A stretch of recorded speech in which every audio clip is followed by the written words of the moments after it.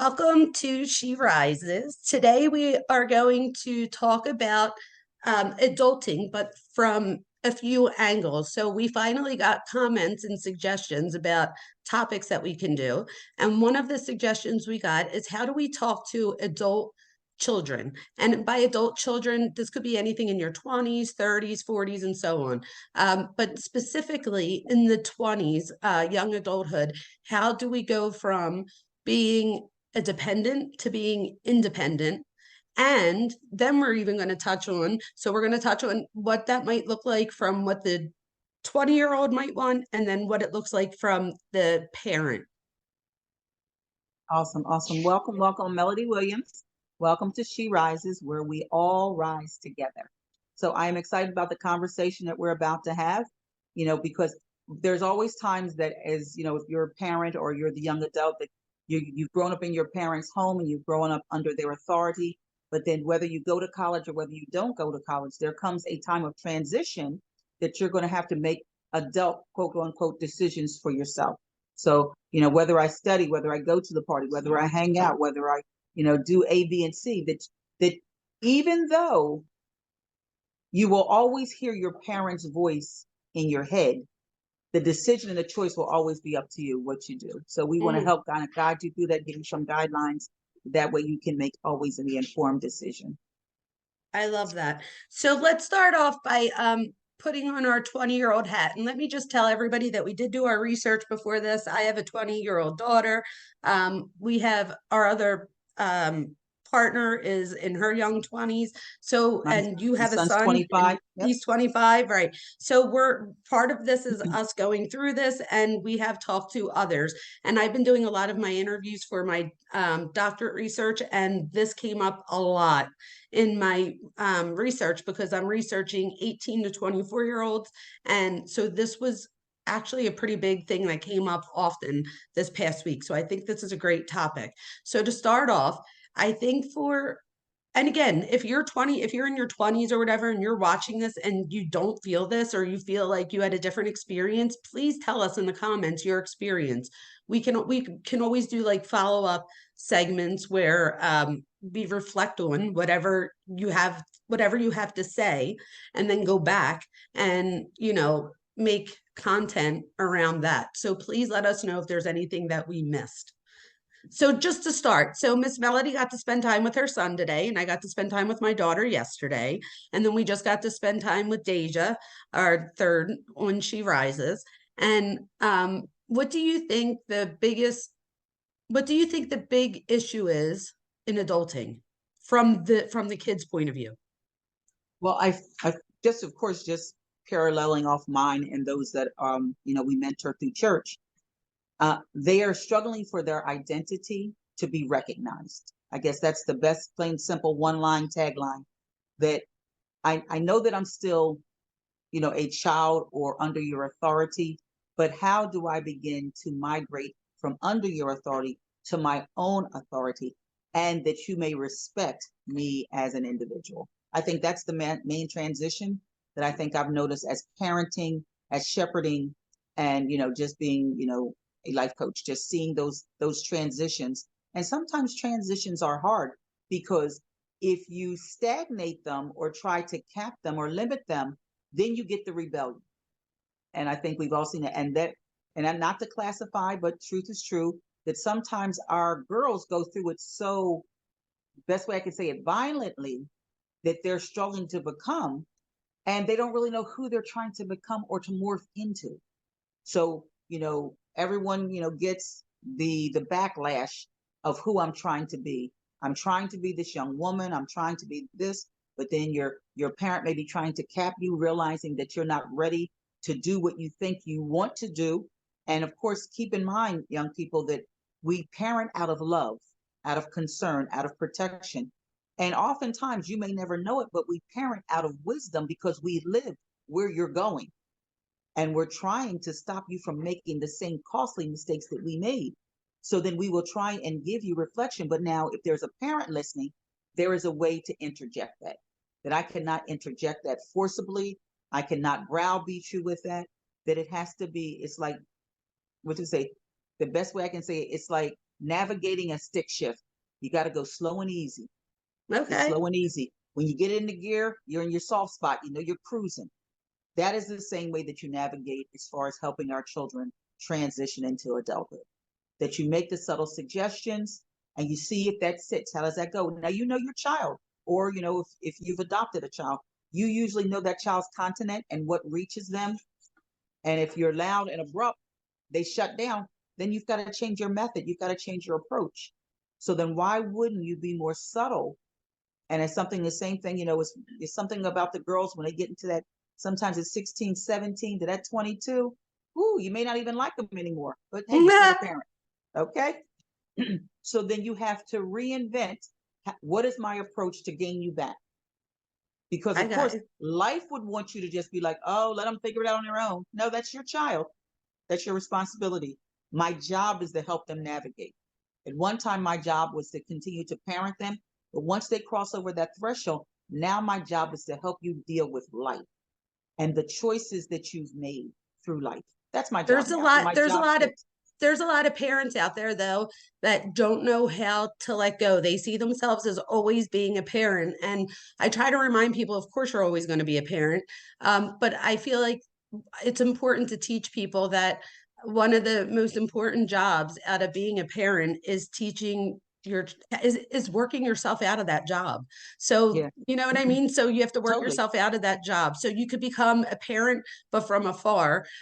However, if you're young and you're listening to this, that's going to make you feel very anxious because you need that parent still. So I'm not talking about doing this abruptly. I think, like you said, things have to be subtle, but I do think it's important that if parents don't know how to properly do this, they could push that child away, or that Yes. child, like you said, can rebel and do the opposite of.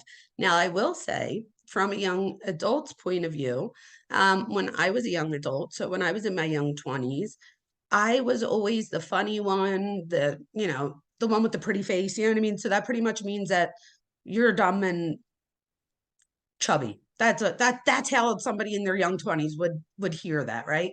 So I just always I would question my own intelligence because I was the funny one. So I remember going for my master's, and so something you said just sparked this memory for me. So I was going for my master's, and my family really felt that because my neighbor, who was top of our class, did not get into this program that I was trying to get into, that because she couldn't do it, that there was no way I was going to be able to do it, which I understand from their point of view where they were going with that. However, obviously I still wanted, I think if I didn't apply and at least try, I would have always wondered, like, oh, what if I got in? What would have happened?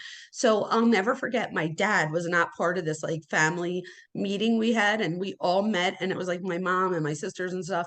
And they like sat me down to tell me that this was a really hard program and that the neighbor didn't get in. And I was dealing with depression and anxiety already at the time. So I feel like I do look back and I don't think there was malice. Like, I don't think they were trying to hurt me, but I think they were, like you said, trying to like buffer it and say, like, look, this is what I know you think you're ready to do, but this is what we think you can do. And my dad walked in and overheard it. And he got furious and he pulled me aside and he whipped out he used to walk around with a little wad of money, and he whipped out his money and he gave me $100 bill and he said, you go apply, whether you get it or not, you go apply. And I applied, and we went out to dinner a couple of weeks later, and my dad was pretending he was reading something. I'll never forget it. And he goes, I forgot my glasses, Jamie. Can you tell me what the hell does it say? So I go to read, and it was like, Dear Jamie, we are pleased to inform you that you've been accepted. And I just like started crying at the table. And he was like, so that what I got from that was, although my family didn't think that I was ready for that, I don't think we should ever talk somebody out of trying. I So agree. try, right? Try and know that, if you get it, great. If you don't, we're going to try again next year until you do. Come on. So something Continuously, more like yes. that might have helped me more mentally than sitting me down and telling me that we don't want to see you hurt yourself for no reason. So again, it's not what they said, it was how they said it.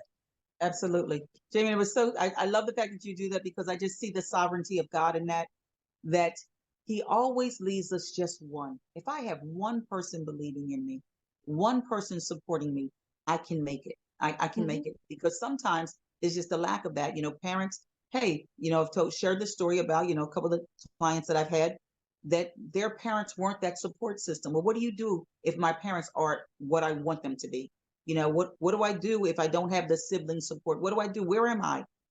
If you've got one person, whether it's a neighbor or like you, there's a counselor or there's a therapist or there's an instructor, a teacher that supports me, then I can make it. Just if we give you one, because God will always give you just one thing to hold on to and believe in. And see, that was the same thing that, like I said, my family is lined up between the doctors, the masters, taught at Princeton, the whole weighty head people. And then I was like, I was very creative. I was intelligent. I was funny. I was like, so I took the easy road and it was working for me. And I said, but it comes times it's like, okay, but now that, I was going to graduate. I don't know if it was someplace I'm graduating from. And it was kind of like, you got to step up your game. That has gotten you this far. I was comfortable, but it's like, but now you need to really show the world who you are. Stop hiding, because I we love do that. hide in humor. We hide in humor because I'm comfortable. If I'm the funny person, everybody likes me. I'm the middle child syndrome. So I've got Me too. all of that, trying to discover my voice. Who am I really in the crowd of people? It's just your family. It's not a crowd, but that's how we feel, It feels finding our like it when you're a voice. kid. It feels Yes, like, yeah. yes, yes, it does. And And so I I think think it's that's a part important. of being, I'm sorry. no, I did I not said, mean to that's, interrupt. it's okay. I think that's a part of us adulting, helping them to find their voice in the family, and showing that it does mean it values. I have value. So you're talking I about going absolutely back to agree. your 20s. Go ahead. No, I absolutely agree. No, I was just going to say I absolutely agree. I don't even know exactly what I was going to say there, but it'll come back to me. I don't, it wasn't anything that important anyway. It'll come back to me.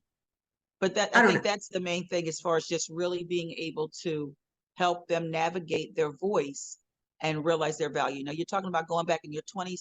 I wish I had a platform like this in my 20s to go to just be able to give me some wisdom, as far as whether it's book knowledge, whether it's Bible knowledge, bringing them both together just to navigate the complexities of being 20, and Mm, to know that I had value, that even though I didn't see what other people saw, but for someone to give me that wake up call and to be able to say, you're great. You are enough just the way that you are.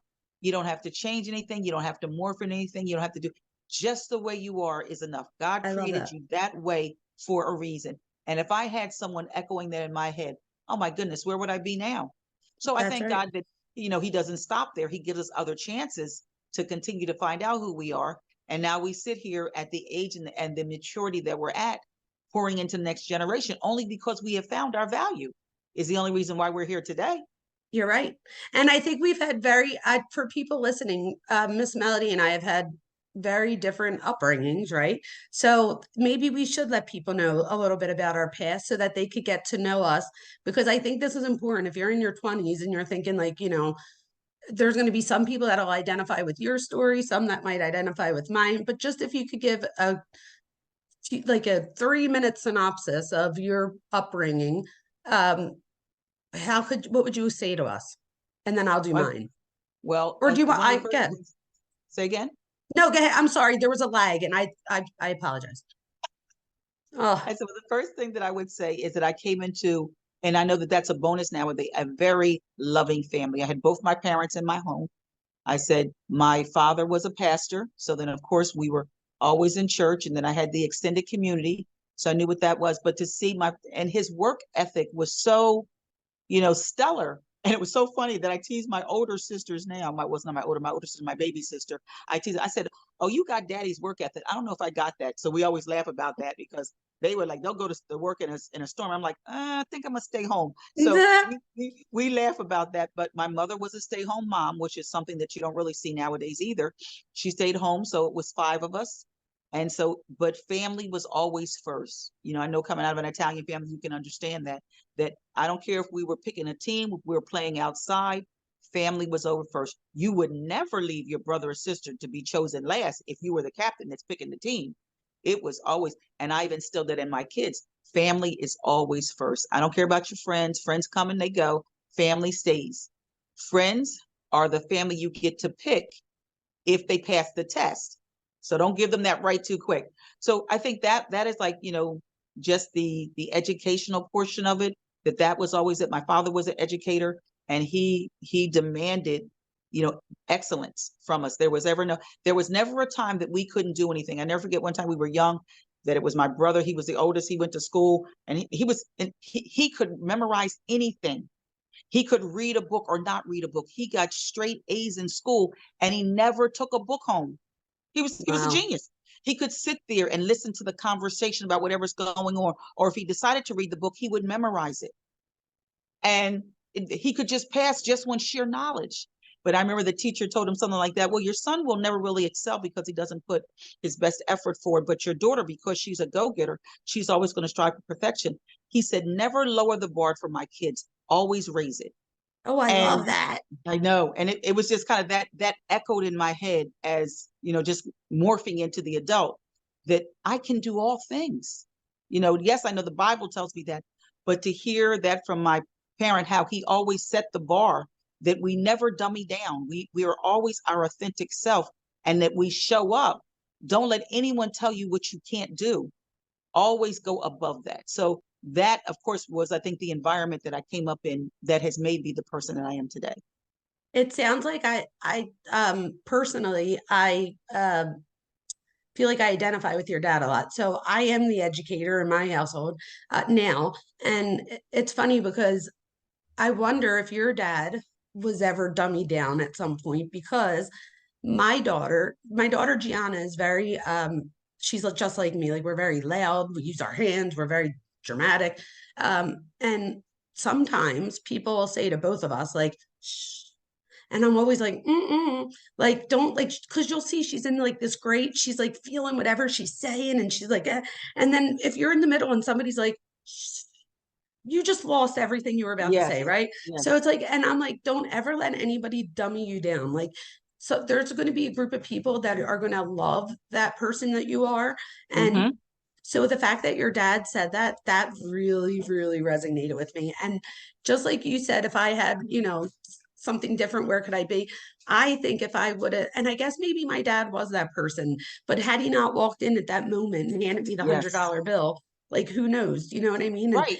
I Right. guess that's what he was thinking. Like, don't dumb my daughter down. Like, just Yes. because she didn't get number No, one in just the because the class. neighbor's kid didn't get it doesn't mean my kid can't get it. Exactly. So I'm Yeah. so glad that I tried, because I got it. And something similar just happened to me now with I'm going to be presenting at the American Education Research Association in April. Nice. And I put in for oh, what's it called? My proposal. I put my proposal in. So when they wrote back to congratulate me, they told me that my proposal was chosen amongst like the top of our peers, and that they had over 11,000 entries this year.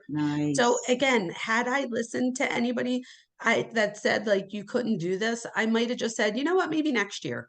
Right. And I might have pushed it off. But my thing was, did it take extra time for me to do the proposal? Sure. And I guess when I did it, I looked at it as I'm doing this. Same thing with the other thing I was just talking about, my dad. I'm doing this because this is a process. And I need, like you said, to go through that journey and that process as well. So this is all part of a process. It I love is. your upbringing, your story. Did mom ever go to college? Yes, she did. She actually was a nurse. She was a Really? nurse. And she put everything on hold to raise her children. And so it was all of those things that, so I got to see, the work ethic in the home, and how there was not a time that we came in, the house was not immaculate. The dinner was always done on time. And my father, and then he had multiple jobs. So not only was he pastoring, and he was an insurance man, he was an educator. So I looked at all of that, but all of they did to sacrifice for us to have. And then that made you, look at life different. Like, how dare you complain with all your parents are doing to make sure you succeed? So I think that I have instilled that, and I see that in my kids. Like, my daughter, she'll work around the clock for her kids. And I'm like, slow down, slow down. You're not going to make it all overnight. But, that I see my kids, that was a perfect thing. We had laughed about the day I got to do breakfast with them, because they're both journeying onto businesses and other inventions that they are, apting to launch. And so I saw that, and I just said, guys, thanks for let's go on to breakfast, because we're all so busy to do that. And I said, it's nice to like your kids. So they laughed. Absolutely. It's Absolutely. it's I nice. It's totally nice. I agree. said it's nice that you still kind of like hanging out with your mom at this stage.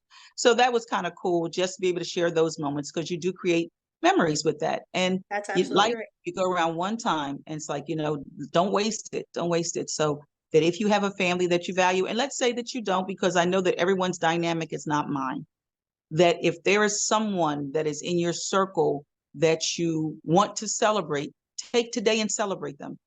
And That's so right. that is mine. So, once again, friends are the family that we get to choose. So if you've got a girlfriend that has proven herself, and I always like to give that disclaimer because sometimes we're so needy, we grab onto people that aren't deserving of our friendship. Mm, So that's why I say that if it's been someone that has been tested and tried, they've been there for you, they've been supported, and likewise, that there is a mutual respect and adoration for one another, then that person, okay, is your person that you go to. That they kind of say she's your ride or die. Okay, if I'm in it, she's with me. If I'm out of it, that they're out of it. If I'm mad at you, you're mad at me. It's the sisterhood. So if you've yes. got that person today, let that be the day that you celebrate them. Hey, thanks for being in my life. Really appreciate you. And it's just something that simple. But you always I say, always celebrate the small successes in your life because they lead up to the monumental ones. Yep. No, you're right. You're absolutely right.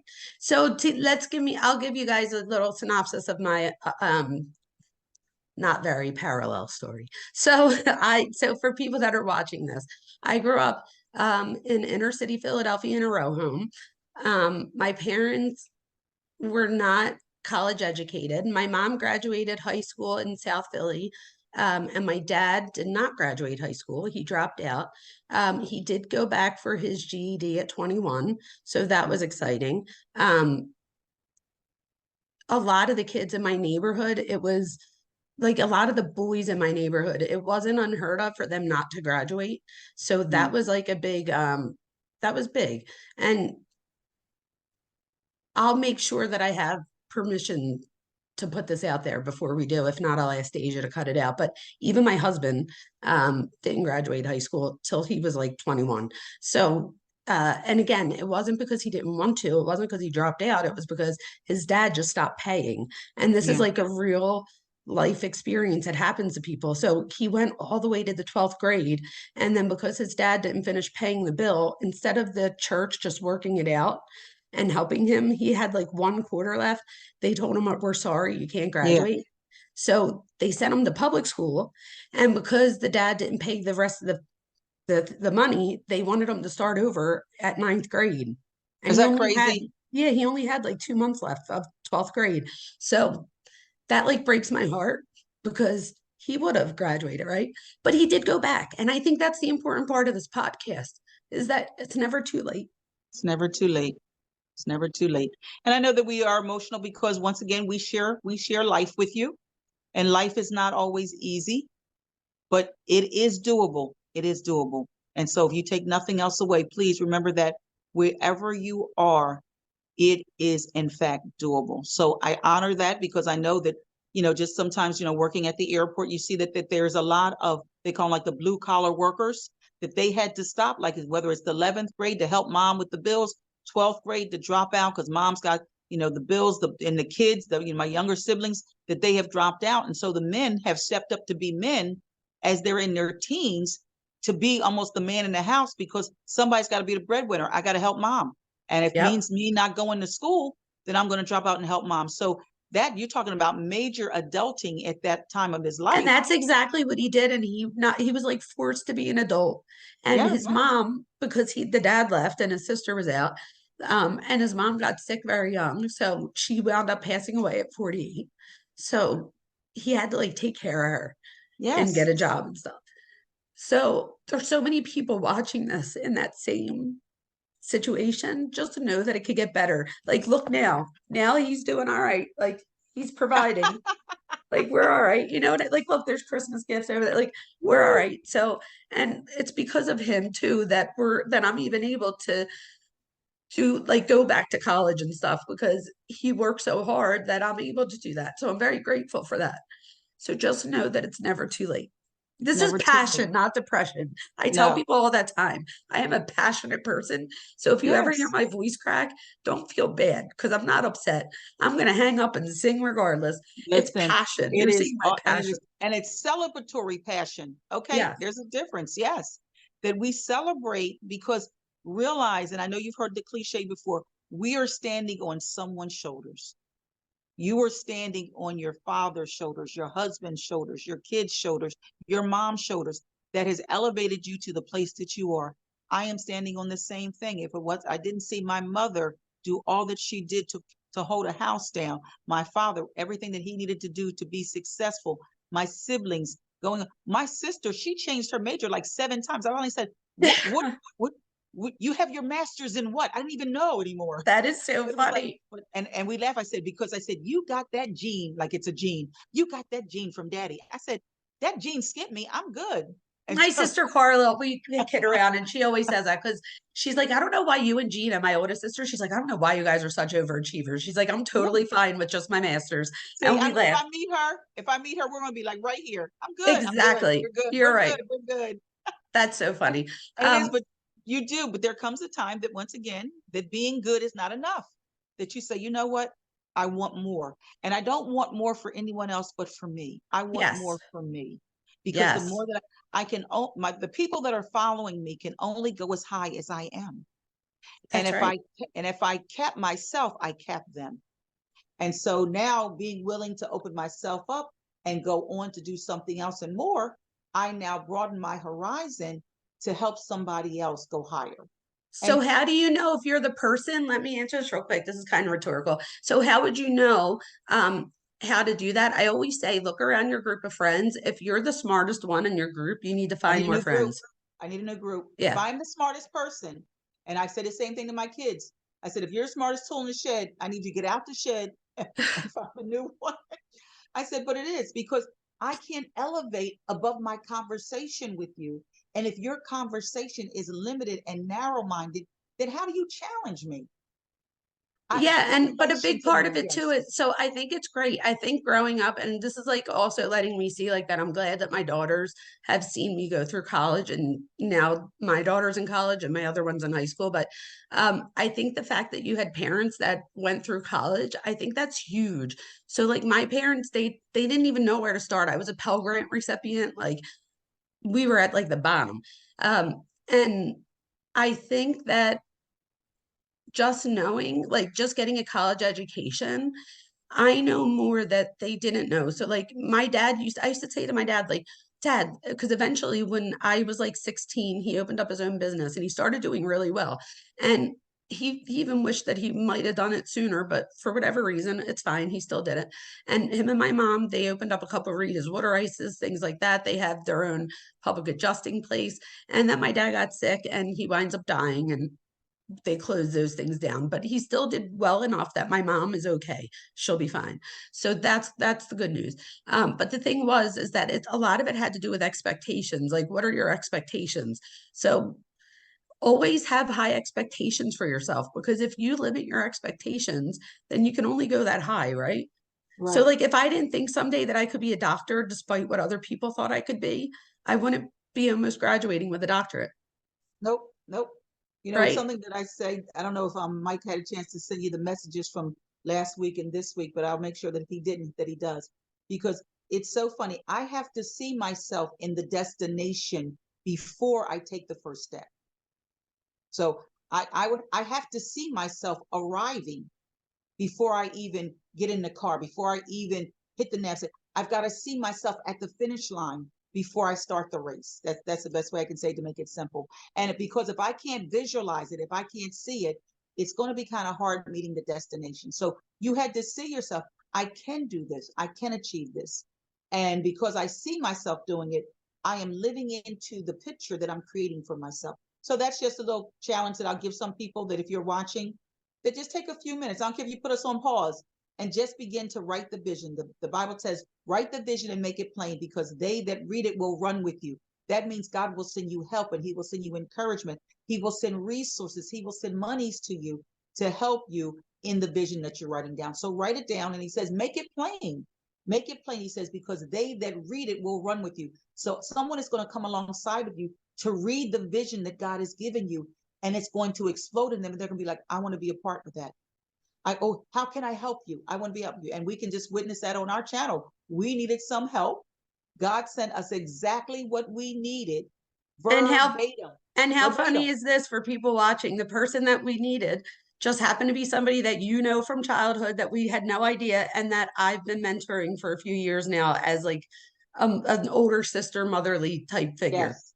And he brought it full circle. Be a very, it was in jest. We were laughing and joking how it all came about. But God will always give you what you need. Right? Jamie and I never came together and said, okay, let's start this. We want to be like, oh no, we're waiting for another person, waiting for somebody to help us, waiting for somebody to. No, you cannot keep waiting, because as you're waiting, time is moving. You're right. That if you take the step of faith, he will meet you in the step of faith. He will meet you, and he will help you take that next step. And now here we are. So the video that you're watching has been edited by someone that God brought on the scene.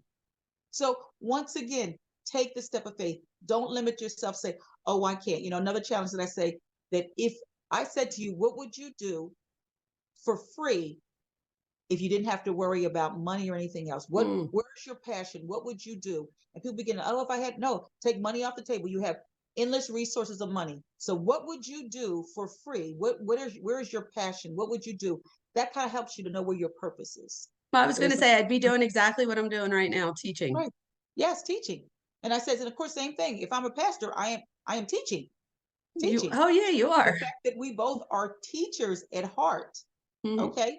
So same thing, that kind of talks about where our purpose and our passion is. That my thing is, I love enlightening people to the word of God. I love enlightening people, whether it's education or whether it's, a concept or a procedure or a process. I love seeing the enlightenment in people. I love bringing wisdom to the table. That is my passion, to excel, to show someone something that I've learned, to help you not make costly mistakes is my passion. And another thing is and I would say keep trying. So you have to have perseverance is a big one. Oh, yeah. So in adulting, perseverance is such a big lesson to learn, and only say yes to the things that you can follow through with. I don't, unless if I can't give it 100%, I will say maybe in a few months, if you're still wanting to do this, we can. But as of right now, I don't have the time for it. So I think that's important too, because you have to know your limits. You have to know, right? Because then you don't want to stretch yourself so thin that you're not able to bring yourself your 100%. You're not effective. You're not effective. And that's You're not if I'm divided so far, I am not. And it was so funny because of course I just, I'm going on my second wave of training that I had just finished the 3 so days proud of you. intensive. And that was kind of crazy. And then it was just like it seemed like as soon as I was done class, everyone was texting me. So I had a meeting at the church. I had connected with you and said we were going to talk that night before. Someone else had called me. So I had 3 more things before I had to go to bed. And then the next day I'm now working for my airline and I'm there 16 hours. So I'm like, how to squeeze it all in. So of course mine, I set my day up. I asked God, I said, okay, just lead my day. You see all the things that I need to do. And I always say, if I had more time, he gave me 24 hours for a reason, because I couldn't handle anymore. So that's why I said, so if you gave me 24 hours, help me to navigate the 24 hours you gave me to do all that I need to do. And once I did that, things start flowing. So I'm down here. Mike's like, what are you doing? I had to take care of this. And then, of course, I remember calling you and it's like 9 o'clock. I said, I got 10 minutes. You said, good, I got 15. Boom. We did what we needed to do. But I am something that I'm anal about. I am a woman of my word. If I say I can do something, I've got to do it. I don't care if it's midnight. I got to get it done for it strikes 12. Guess what I say? So it's off my plate. So it was another girl. She said to me, hey, can you go on and send me a recommendation for my classes, that and the other? I need you to do it on WhatsApp, this, that. And so I texted her. I said, listen, I will do it first thing in the morning, 5 in the morning. I was on sending her what she needed. And she's like, oh my God, I love it. Thank you so much. But it's just like, I got to get my checklist done. Yes. Because that is a part of me being authentically me, that if I can't do it, same thing. So of course, this time the door's like, oh, Mom, what are you doing? I said, Nia, I'm booked. I can't put anything else on my plate. I'm done. I'm tagged out. I'm done. That's good though, that you knew your limit. Yes. And see, that was what I'm saying to someone. So, it was funny because when we do our PY, it's pursuing your purpose ministry, or those that are recovering from alcoholism or narcotics, that we do a ministry at the church for them. And we were going into that meeting, and it was just, being able to say no gracefully. That there's, because this young lady, she felt as though I'm letting my family down because I was strung out this long, and now I've got myself together. And I said, and giving yourself grace to forgive yourself. All of these things are a part of adulthood. You might have made some bad mistakes. You might have made some bad choices. You might have done some things that you're not proud of. Okay. Give yourself grace. First, forgive yourself. Second, ask God to forgive you. Third, move on.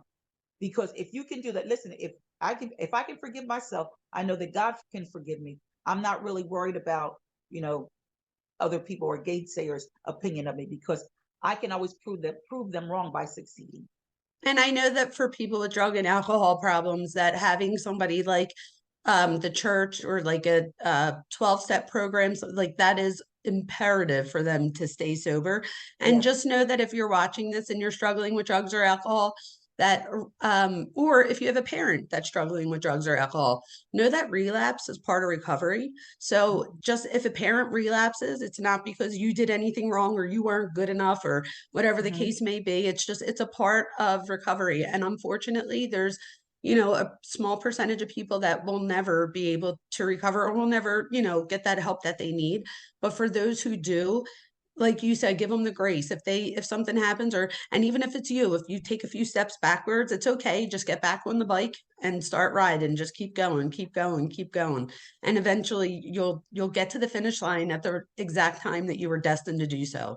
And some of Exactly. the things, like with me getting my doctorate, for example, if I would have gotten this 20 years ago, I wouldn't have gotten it in higher education and in social justice and stuff like that. Like I would have just went and assumed that I was supposed to get it in psychology because that's what my master's was in. So I know that I would have just gotten my doctorate in psychology. So I think it was good that I took that step back and I went through life to see where my niche was, like where I needed to Yes. be.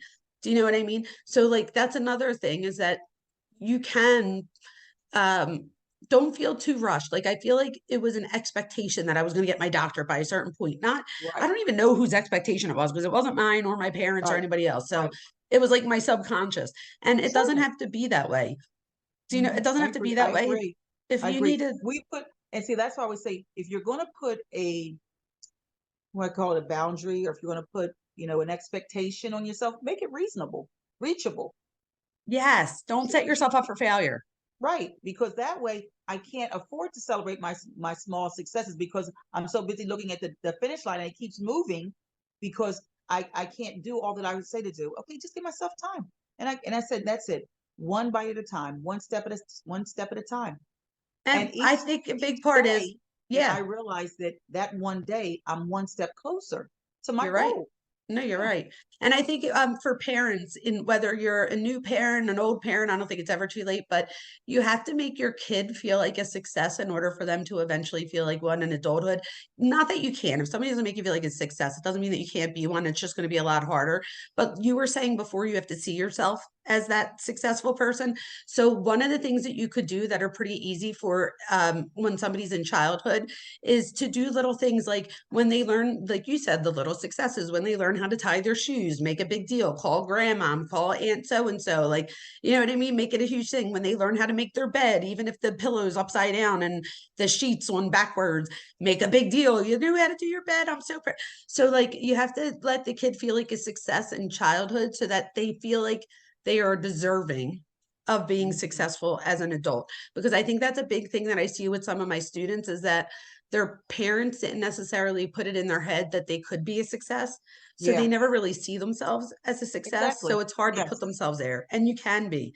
And even if you Hmm. come from past like me, or my type of upbringing where we didn't have education like that and we didn't have the resources and things like that, just know that it's never too late. That's You know it. what I mean? I, I'm I love that. 45. It's never too late. I'm Never, getting my it's degree never right too now. late. So Never never too too late. late. Listen, I do want us to end, because I see our time. I do want us to be able to address Yes. the parent aspect of it, as far Yes. as the Yes. Yes. letting Please. go. So, I just remember, I never will forget it, when we took my son to college. He got a full scholarship, and that's a long story. Once another time we'll share that, how God just literally gave us a full scholarship for him. So just to give you a platform of it. that we came together as a family, and we are a Bible believing family. So we prayed and said, God, we didn't have the I did not want I wanted him to graduate with no debt. And financially, I was not in position to send him to school, and pay all that money out for him just to do that. So we prayed, and I put an offering in, and I said, Father, I thank you for a full ride scholarship for Caleb. And I just left it there. And so he is now walking as a senior, and he wasn't committed. I was like helter skelter, like, oh my God, he's walking and he's not committed. Like, Wait, what does okay, that so mean? What do you mean like he he's not he committed? didn't know where he was going to school. He Oh, wasn't oh, I committed to a got you. I college. got you. I got you. So, and everybody kept saying like, oh, and so's going here, and so's going here, and so's going here, and you had the whole thing, but he just wasn't committed. And I was like, and I did. You're talking about. I feel as though I don't, say anxiety, but I felt the pressure of just him not having that tool in the shed. So, needless to say, I said, okay, so we go to graduate celebration, everything out, okay, fine. And so I said, now God, now this is the way I talk to my heavenly Father. He knows me. Mm. He made me. I said, the boy got to go somewhere. You got to go somewhere. What's the next step? What's next?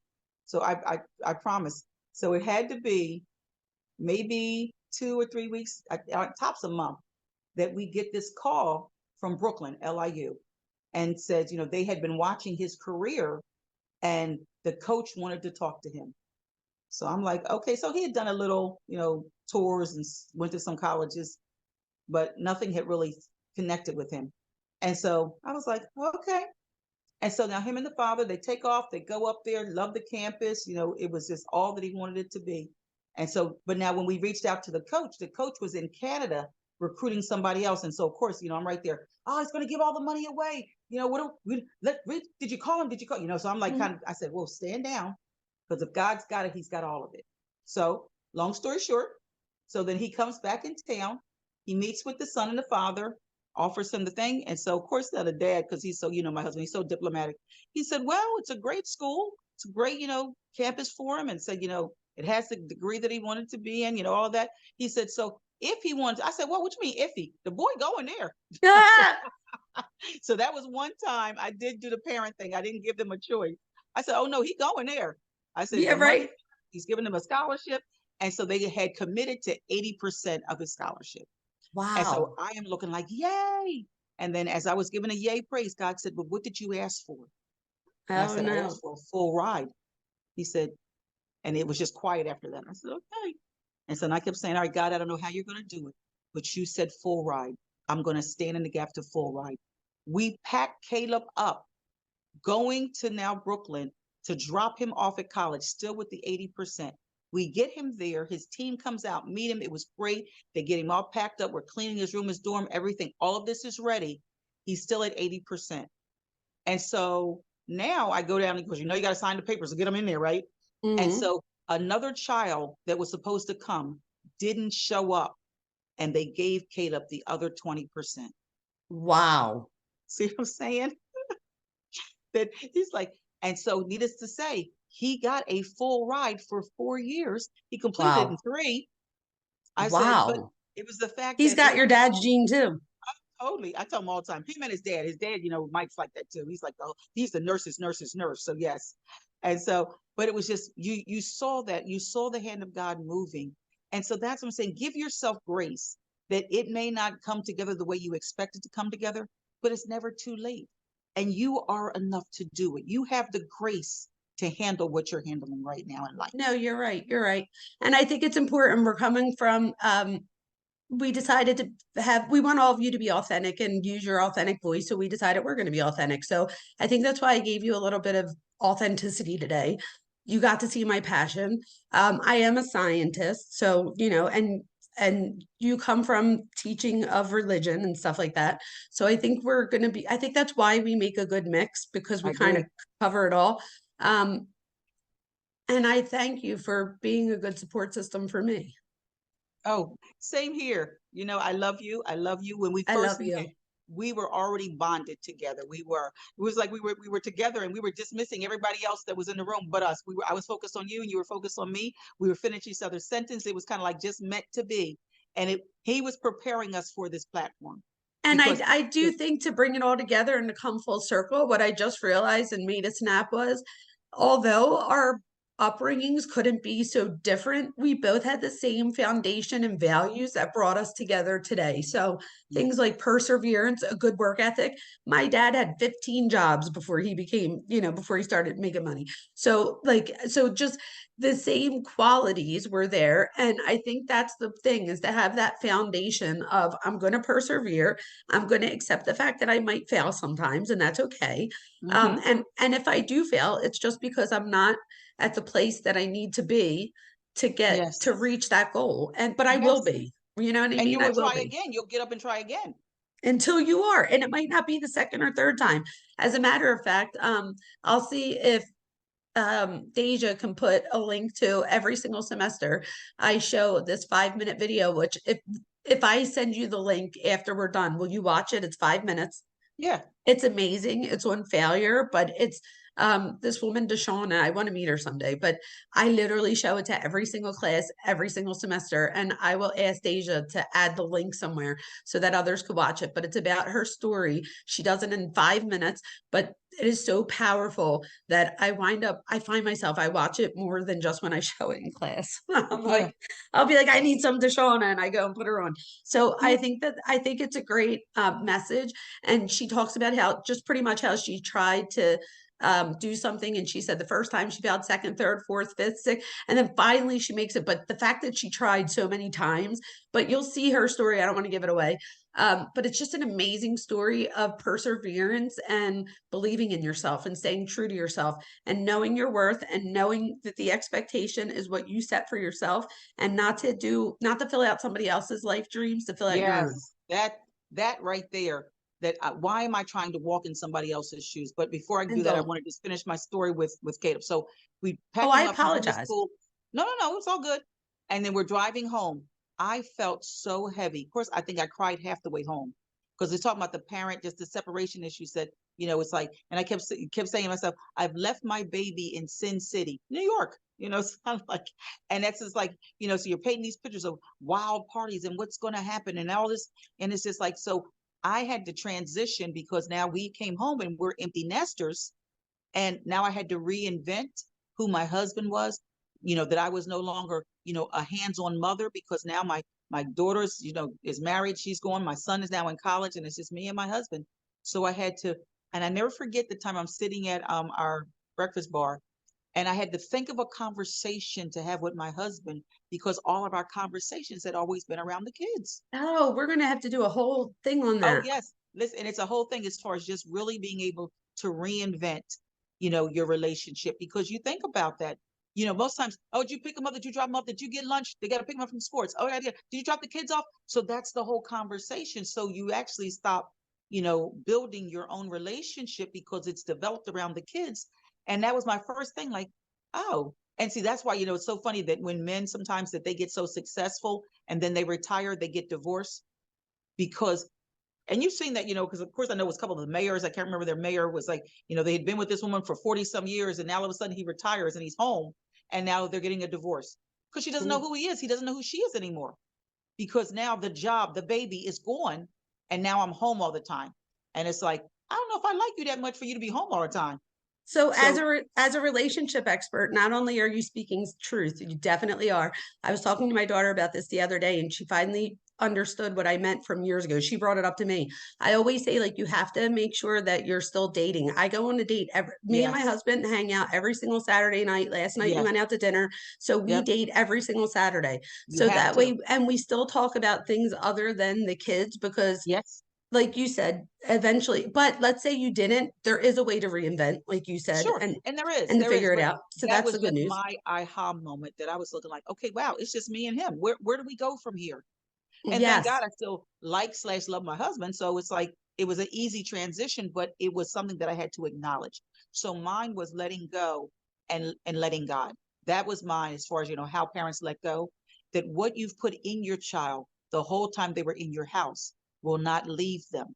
And No, you've got you're to right. trust that it's been good seed. So it was something that my daughter said years ago. I was just a hairstylist, cosmetology for years, and she was in my chair and I was doing her hair.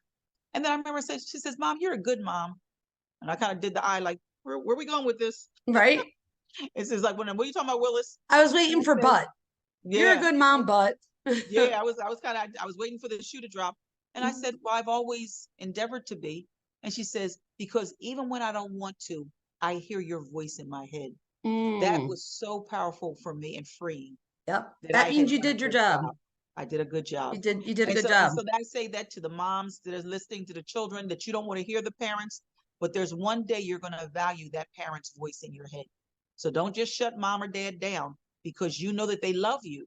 So just store the conversation, and on the time that you need it, the time that you need to make a decision and you don't know which way to go, that let that voice speak louder than your problem, and that's going to help you out.